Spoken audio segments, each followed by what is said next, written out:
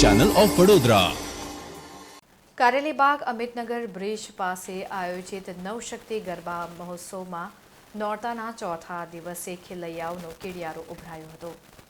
Karelibaug Amitnagar circle પાસે આવેલા આરબીજી Patel ground ખાતે નવશક્તિ ગરબા મહોત્સવનું આયોજન કમલેશ પરમાર દ્વારા કરવામાં આવ્યું છે. 2016થી નવરાત્રિ મહોત્સવનો પ્રારંભ કરવામાં આવ્યો છે. અનેક વિડંબનાઓ વચ્ચે પણ છેલ્લા 9 વર્ષથી ગરબા મહોત્સવનું આયોજન કરવામાં આવી રહ્યું છે. ત્યારે આ વખતે વરસાદના વિઘ્નને લઈને અનેક ચિંતાના વાદળો ઘેરાયા હતા.